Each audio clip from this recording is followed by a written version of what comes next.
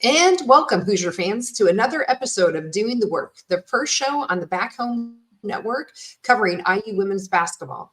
This is our 80th episode overall, recorded on Wednesday, November 1st. And I'm your host, Kathy Amos. Tonight, I'm joined by my co-host, Jeff Marlowe. And we will be giving just some quick high-level thoughts on the Northwood exhibition game, where Indiana won 68-111. But first, as usual, we will start the show as we start every show, and that's with our Hoosier Proud banner moment. And Jeff, for me, actually, the banner moment, I think, came before the television program started.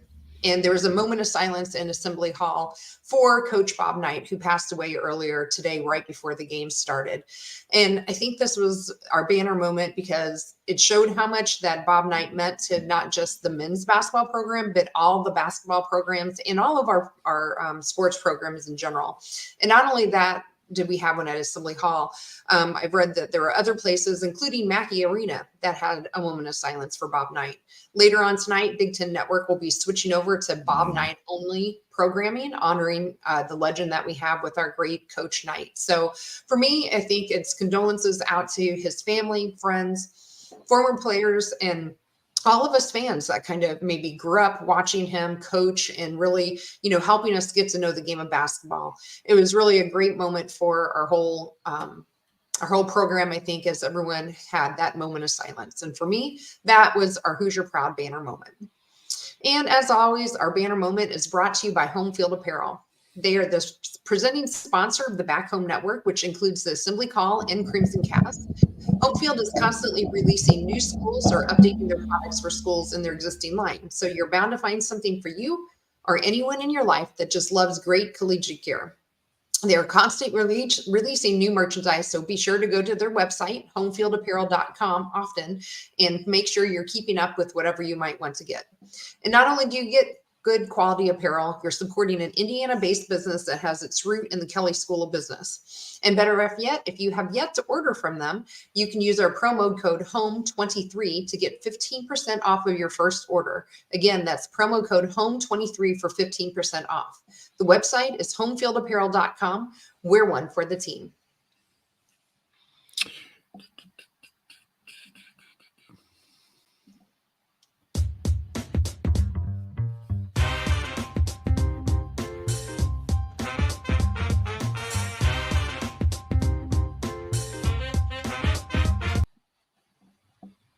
All right, Jeff, and let's talk about the game. So I'm not sure that there's much we can take away from the exhibition game tonight, but we'll give some quick high-level thoughts. And again, the final score was 68-111. So Jeff, I'll just let you go first. What is maybe an overarching theme you have that maybe we can take away from tonight's game? Well, first of all, I want to go back to Coach Knight a little bit. I think we all have, those of us especially who are my age, maybe a little younger, a little older, all kind of have a favorite Bob Knight story, and you're going to see a ton of those stories over the next few days. But the impact that he had on basketball as a whole, basketball in the state of Indiana, basketball at Indiana University, and again, you're going to also end up having to talk about some of the other things, but Coach Knight in basketball, Coach Knight and what he meant to the university were such a huge impact, especially through the 70s and the 80s, through that period, the early 90s. So just condolences to his family. And like you said, Kathy, I'm going to kind of look forward to this after we get done here, moving over and watching some of the stuff on Big Ten Network tonight that they're doing with Coach Knight and some of the things that they've got on there. I think I was looking, there's a Big Ten icon. They're going to do the episode about the trip that the 87 team took the summer before the summer before 86. It was actually that summer before what's really known as the season on the brink. They're going to replay a couple of the championship games and stuff. So I'm really looking forward. The 81 team, I think the Big Ten, what do they call it? It wasn't Big Ten icons, but they do. There's a segment on the 81 team there as well. So really kind of looking forward to seeing some of that stuff over the next day or so as we honor Bob Knight. But I think the one thing back to the game. So before we get into the game, though, Jeff, maybe we'll just take another minute. Do you have a favorite thing that really sticks out in your mind from Coach Knight? And I know our friends at Assembly Call, we know Crimson Casses, I think they might still be live right now, or at least they were, honoring Coach Knight, and tomorrow Assembly Call is. So we'll leave it to them. But how about for you? Do you have one thing that in particular sticks out for you?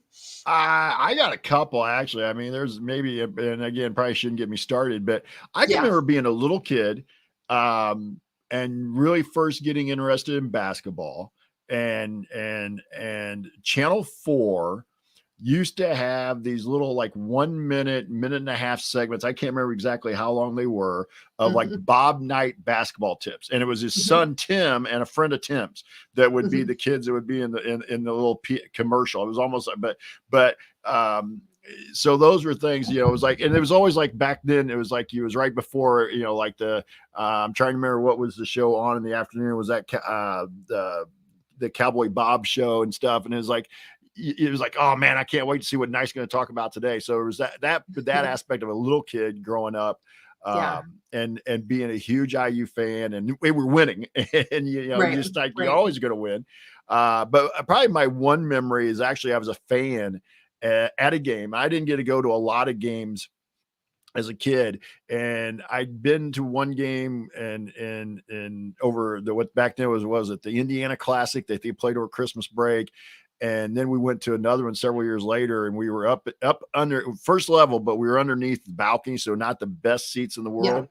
But they were playing Michigan State, and this was the year that they end up writing the book that Feinstein wrote the book. It was 86. So 86. And it was 86. And they're playing Michigan State. Daryl Thomas comes walking out on crutches, and when my family we're all kind of there looking like, what the heck happened to Thomas? And kind of thought, did Knight kick him or something? But it was like, but anyway, during the course of that game, they were playing Michigan State. And if I recall, they actually ended up winning that game with Scott Skiles at Michigan State. And Michigan State ended up making a nice run that year. But there was a point where Knight got mad at Alford. And I mean, there's 17,000 plus. I mean, it's sold out, and you can hear Knight over everybody just yelling at Alford, Steve, and he's just yelling at Steve. Now, this is on the far end away from where Knight is. So Alford's down at the other end, trying to take the ball out of bounds.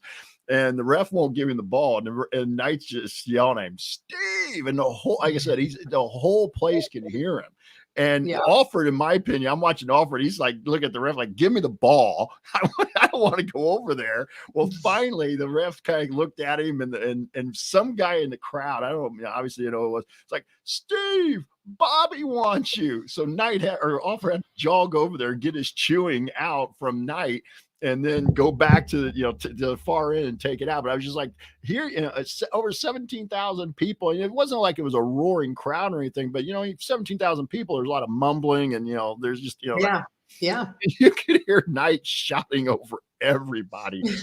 It's like, wow. But I mean, I posted this on the Substack. Knight was the guy that really made me want to be a coach, because it was, the things that they did, the things he did as a coach back in the 70s and the 80s.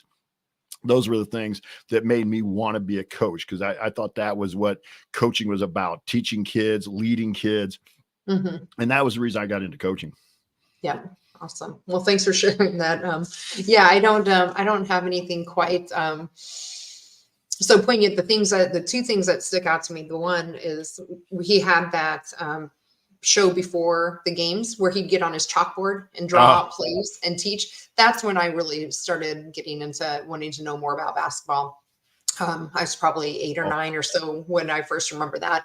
And then I wasn't as lucky. I didn't go to my first game until college, but I do remember my senior year, I was finally able to afford season tickets, but I saw a clip that somebody posted of him. I think it was also at a Michigan State game where people started throwing things on the court, and he got on the PA and yelled at him. And I looked at my husband, I showed him that. I said, this wasn't the game, but I was at a game where he yelled at us in the student section too. And I just remember him doing that. The whole student section, we just kind of looked at it and we're like, oh shit, we're in trouble. We better stop. He had some very high expectations of his fan base, and you Yeah. kind of saw that as well. But you talk about this show. I remember every Sunday morning, we watched the Bob Knight show on Sunday morning on Channel 4, and I was watching it, and I'll never forget when he got into the feud with Purdue a little bit, and over something that had happened with Isaiah Thomas, and the next thing you know is he brings out the donkey on the TV show and tells everybody that he's here to present the Purdue point of view, and he's got a Purdue hat on. Yeah. And he says his first name is Jack, and you could probably guess his last name. And it was like, and people, IU fans ate that kind of stuff up. And so with that, so yeah, it made me think about when you brought up the pregame show type of thing. It made me think about the Sunday morning shows with that. So, but yeah, I mean, those people born after 1995 don't really remember, and some of it, you can just go on YouTube, pull up some of the things. I know some people think he was a bully and went over the top, but there were also times reporters and things asked him dumb questions, and he had some great answers. The one in St. Louis where they asked him about Damon Bailey, and he's, picks up the glass and starts rubbing it like it's a crystal ball. And that's just some classic stuff. But but anyway, let's talk about the women a little bit, Kathy, because that's what we're supposed to be here for. Yes. But I seemed important. Yeah, you asked me the question about what I thought. I like the fact that we played a lot of people. I know we're not going to play that many people when we go out to Stanford in a couple of weeks, but everybody played, and everybody that played scored except Ariel Wisney. She played 6 minutes, and like I said, was the only one that didn't score. But I liked, you look at the minutes here, and again, it was a Division II team they're playing, but nobody really played more than 20. The only Lene Beaumont. Okay, I can live with Lene Beaumont and Hannah Sandbeck playing 22 minutes. None of the starters played more than half the game, and to me, that's huge. Yeah, I think so too, and especially Mackenzie Holmes only played 14 minutes. She had 28 points in those 14 minutes. She went 14 of 14 from the field. And I guess if we're going to pick on her, she missed 2 free throws. So I guess, we can't all be perfect, right? But my goodness, I don't know what your thoughts are overall on Mackenzie. I know we've seen amazing things from her in the last 4 years. We've talked a lot about her footwork.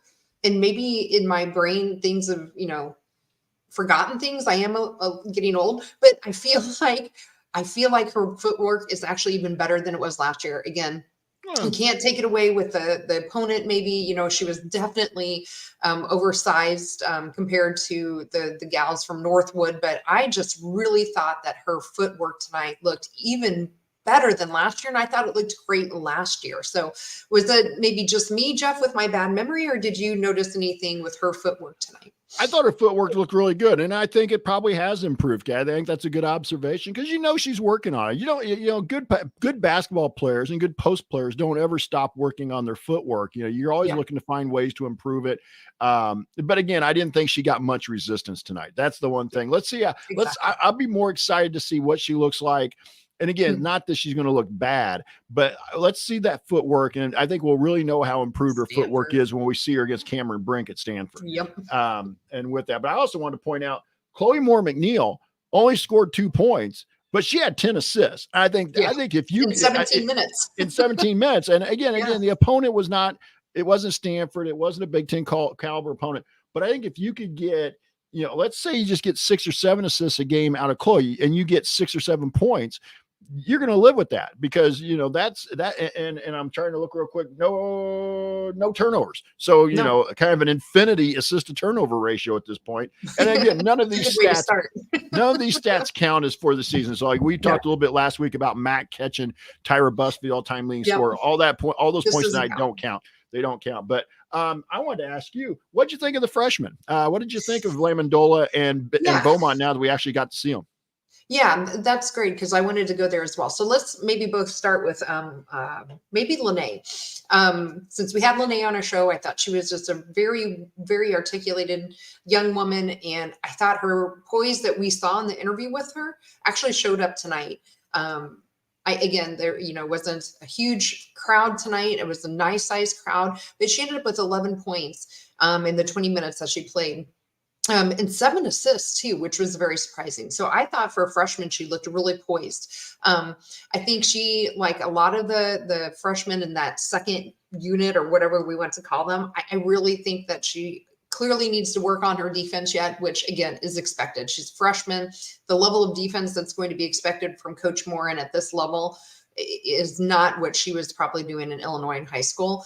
And the only other thing is every once in a while she did look like she leaned into her shot a little bit and looked a little bit off balance. But overall, I thought Lene looked like she was really poised and ready for the moment tonight. Yeah, I think you're reading one line up there because I made that mistake a little bit earlier before we came on the air. Lexi Bargesser is the one who had the 7 assists. You're right. Lene only had 3, but no, I shouldn't say only 3, but she had 3 assists. Yes. And there was a little bit of there, and I hate to make comparisons like this, but she really did give me almost a little bit after watching the men the other day. I felt like a little bit of a Gabe Cupps vibe. Like she really looked like she was ready for it. Not that, and by the way, I thought Jules played all right. She struggled a little bit shooting the ball.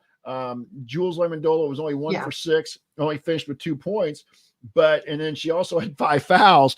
But I think, from what we saw of the closed scrimmage, secret scrimmage, whatever we're calling it now, she had played pretty well. So but especially with Lene, I really got that vibe that again, quality of the opponent is a different level, but I just really thought she looked like, she was ready for that moment when she got on the floor. Yeah, I thought Jules looked a little not quite as ready compared to Lene.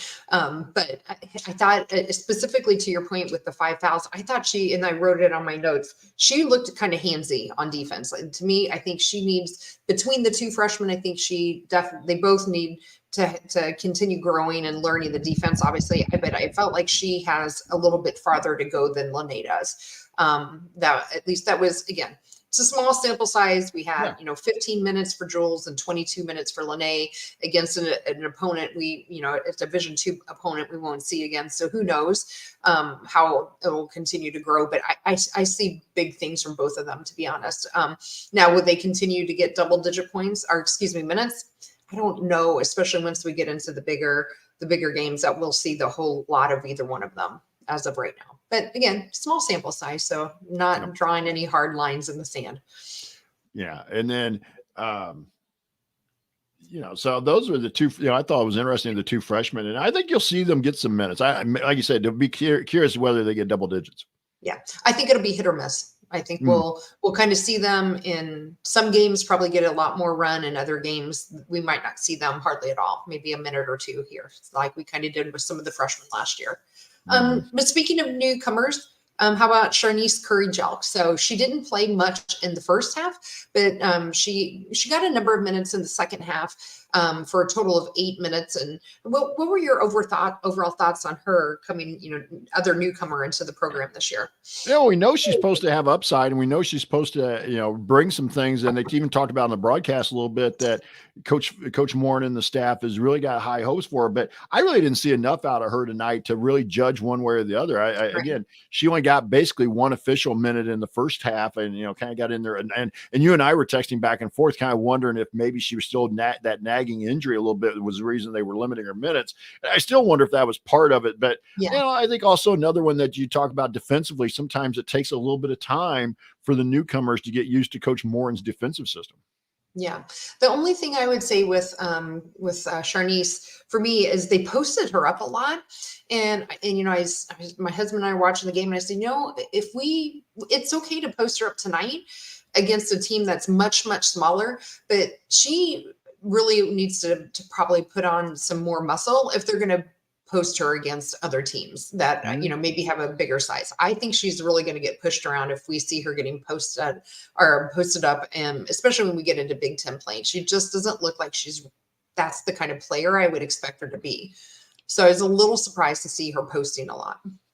Well, remember, they brought her in somewhat feel to be a backup 5, if not at least a 4. So you're going to see her on the post quite a bit. I thought it was interesting that Lily Meister got a 3 up tonight. Yeah, and she missed it, but she was, she shot it. So she tried it. 14 rebounds. yes, I was getting ready to say, Yeah. I was hoping you'd bring that up because, Lily Meister out there doing, and our friend Joel in the Workaholics is often referring to her as Baby Mac. And Joel and Richie refer to her as Baby Mac. So, 14 points or 14 points, 14 rebounds. She had a double-double, 10 points and 14 rebounds in 17 minutes. Yes. Yeah, that's some good efficiency. I think she was our only double-double tonight too. Yeah. Yeah, and it's hard to get a double-double when you're playing less than half the game. So I'm not, the fact that anybody did is pretty amazing. Yeah. Anybody else you want to talk about tonight? I think we got to talk about Sarah, because Sarah came out on fire. She was 5 for 8 on threes, 6 of 10 overall. But if you get that out of Sarah Scalia on a regular basis, then we're going to have then I think we're going to be in pretty good shape come Big Ten. Yes. And I thought she looked, again, we talked about this in the preview show a little bit last week, and we'd heard some things over the summer that she does look like she's leaned out a little bit. She looks to be in better shape. Not she was in terrible shape last year, but just really looks like she is really leaned out. And she may be in the best shape of her life so far. Yeah, she looks really good. And she looked really confident with all of the 8 3-pointers that she shot. So yeah, she ended up 5 of 8. She made her first 5 straight. So I believe that's right. She went 5 for 5 to open up. She ended up with a second high score with 17 points and threw in another 2 assists as well. I thought she looked really poised out there, really smooth too with her shot. And I feel like some of the reports we were hearing about her getting her confidence back looked the part tonight. Yeah. So she really excited me as well. So, so I guess we might as well finish off the starters too. So we haven't talked a whole lot about Sydney or Garzon. Would you like to maybe give a couple thoughts around either one of them?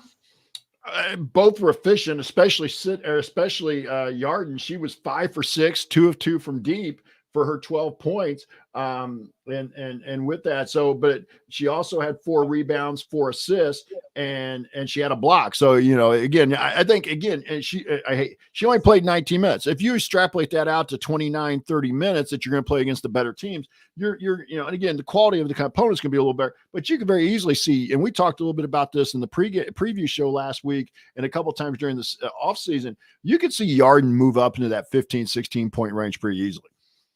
Yeah, absolutely. She looked really good out there, and it was good to see her on the court and hear, coach had said all summer that she'd really filled out in her shoulders and that she was, broader in the shoulders, and she looked it tonight. And she also, looked really confident in her shot. She was 2-2 from threes, as you mentioned. And she just overall, I thought she looked really fluid in that game tonight. So I was really excited to think about what we're going to see from her the rest of the year. What are your thoughts on Sydney? I thought Sydney really had a quiet night through most of especially the first half. And even in the third quarter, I kind of looked around. She had like 6 or 8 points and she finished up with 14. Again, very efficient, 6 of 8 from the field, 2 of 3 beyond the arc. I think the one thing I'd like to see Sydney do a little better job of, but again, I'm nitpicking here, is she only had 1 rebound. I think she's got to be a little more active on the glass. But she had 2 assists and a block and a couple steals. So again, kind of the typical Sydney Parrish performance. And I think we'll see her do the same thing against some of the better competition. Sydney just finds a way it seems like to always have about 13, 14 points, usually 5 or 6 rebounds, a few assists and a couple steals. Yep. That I had almost the exact same thoughts on Sydney. I expected maybe a little more from her on the on the rebounding side of things, especially going against this opponent. She didn't look quite as aggressive as, maybe we've seen her in a lot of the games last year. And again, maybe the opponent, it was harder to get excited for. Maybe there's other things going on. Who knows? It's, again, small sample size. Yeah. So outside of that third quarter, she put up 10 points in that third quarter and she ended up with only 14. Again, none of the starters played in the fourth quarter. So, we'll give her a little break on that, I guess. Right. But yeah, hopefully, we'll see maybe a little more. I know we got to find that right balance with Sydney. Like when we were talking about our player preview, we were talking about her fouling, and now she's coming out and I'm saying we need her to be more aggressive. Well, there's a So difference. let's find the right spot. You can be aggressive without fouling, though. I mean, it's just a Exactly. matter of with that. I will say the one thing, and again, it's an exhibition game, and I think that you hit on something, Kathy. You didn't say it this way, but I think I'm not sure that you play. I know, and coaches don't want to hear this, but in an exhibition game like this that doesn't count in the wins and losses, you're really just trying to get people minutes. Sometimes you're playing different conference. I'm not sure you're quite as 100%. You know, you're not diving on the floor for loose ball. You're not maybe making that extra effort to get to a ball going out of bounds. And I'm not talking about Sidney Parrish specifically here. I'm talking about just anybody. I saw this a little bit, and like I was watching the Illinois-Kansas game the other day in that charity exhibition game. And they were playing and they were going up and down, but you also could just kind of tell there were times they pulled up a little bit. They didn't really step in front of anybody. They were a little hesitant to maybe dive out of bounds for a loose ball, you know, but those are things when the games count, you're going to see more of. And I think it makes me wonder if a little bit if some of the players, because again, you don't want anybody getting hurt tonight. No. That's the other thing. You come out of this, you're like, nobody got hurt. We're good to go. We'll play Eastern Illinois next week and get ready for Stanford on the 12th, and let's go. Yeah, absolutely. So here's an interesting stat for you. So amazing 3-point shooting. We were 11 for 22 for 50%. Free throw shooting, 8 of 16 for 50%. So if we're going to, again, small sample size, if we're going to nitpick, I think the free throw shooting is something I think personally is going to be an anomaly. I don't think that's what we're going to end up seeing from them the rest of the year. So I think that's just an outlier. But what are any overall thoughts between those stats? I'm not getting worked up about it tonight, but it would be something that I'm going to talk with them about tomorrow if I'm Coach Moore. Like, yeah, it may have been an exhibition, but we got to be better than 50%. Right. Something like how Jared says on Assembly Call, we'll put a pin in it. We'll just keep it in the back of our minds, but yes, nothing for I'm now. too excited about. Right. Yeah. I'm not too worried about it right now. Yeah.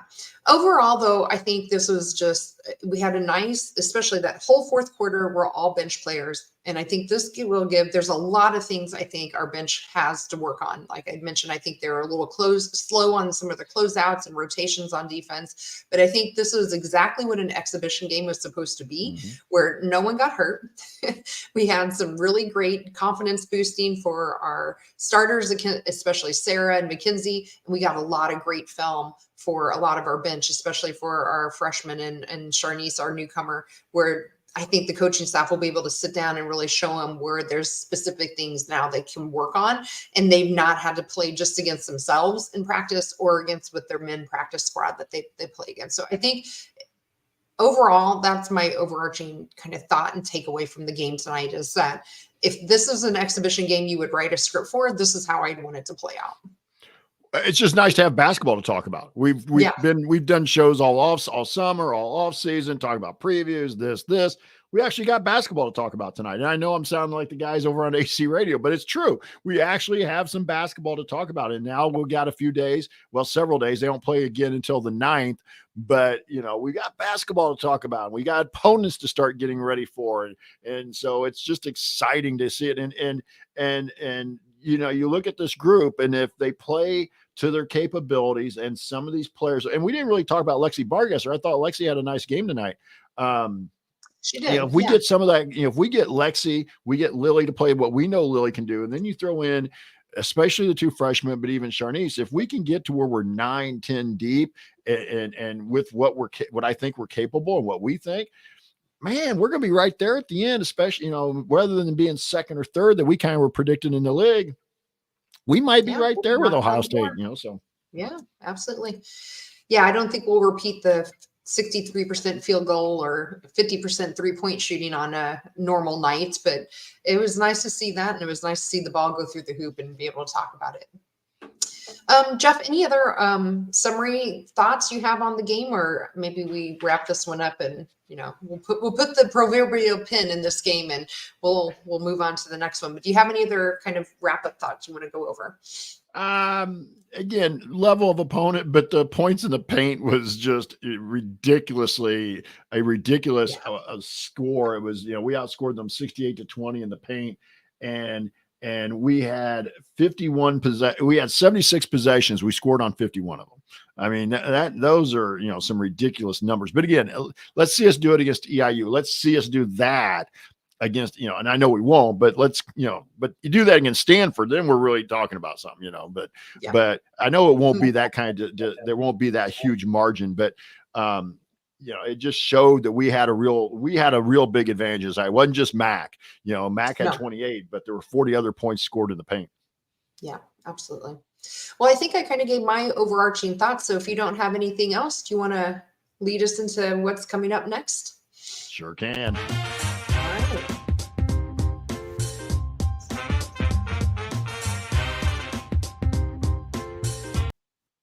Hey, Kathy, I will say one thing too before you wrap us up here a little bit. And again, it's an exhibition, but I would be interested to go back to last year. How many times we had crowds that were 7,800? I think even for an exhibition game, that I'd like to go. I need to see if I can go back and see what the exhibition attendance was last year, even coming off with that group, because 7,800 people showed up at Assembly Hall tonight. And I'd be interested to see how many are there next week, and as we move forward, obviously in the season with the season ticket sales and stuff. But to me, 7,800 for an exhibition game is a really good number for this program. Yeah, that's great. Yeah, thanks for pointing that out. That is great. I hadn't seen that number yet. I just kind of got my gut feel, and I thought it looked pretty good for an exhibition game. So awesome. All right. Well, with that, Jeff and I are keeping it pretty short and sweet tonight. We'll have a normal post game show coming up for one of the games coming up. So the first official game will be against Eastern Illinois. That will be on November 9th. That airs at 7 Eastern, 6 Central. And then on November 12th, that game, will be on Big Ten Plus. And then on November 12th, which is the key matchup of our non-conference that we've been talking about, is Stanford. And Stanford game will be, again, that Sunday, November 12th. The game is 5 Eastern, 4 Central, and that will be on ESPN. So keep your eye out for both of those games. In terms of, for us, our next episode of Doing the Work will actually be next Wednesday, November 8th. We will be on at our normal time, which is 8 Eastern, 7 Central. We will be previewing the Eastern Illinois game on the 9th and then Stanford on the 12th. Right now, we are not planning on doing a post-game show on after the game of Eastern Illinois, but most likely should have one for the Stanford game. And then, as we mentioned, our Assembly Call friends will be on tomorrow night, their Thursday normal weekly show. I had to think for a minute what day of the week it was. So I had to pause. So yes, tomorrow is Thursday. And if you want to see us do the show live and be part of our live chat, make sure you subscribe to our YouTube channel. That is now at youtube.com/@BackHomeNetwork. So it's not at Assembly Call anymore. It's been moved to the Back Home Network and is a little more encompassing. Again, you get us, you get Assembly Call, and you get the Crimson Cast folks there too. Our private community has moved as well. If you want to find out more how to be part of our private community, you can go to assemblycall.substack.com. Again, that's assemblycall.substack.com. Special thanks to John Ringer of Riggs Design for designing our new logo. A big thank you to Bob Thompson for the music you heard throughout our broadcast. And thank you all for listening either live or after the fact. We really appreciate all the support we get from everyone out there. But we will be back to talk hoops with you again soon. And until then, keep your elbow in, your eyes on the rim, and let's go Hoosiers.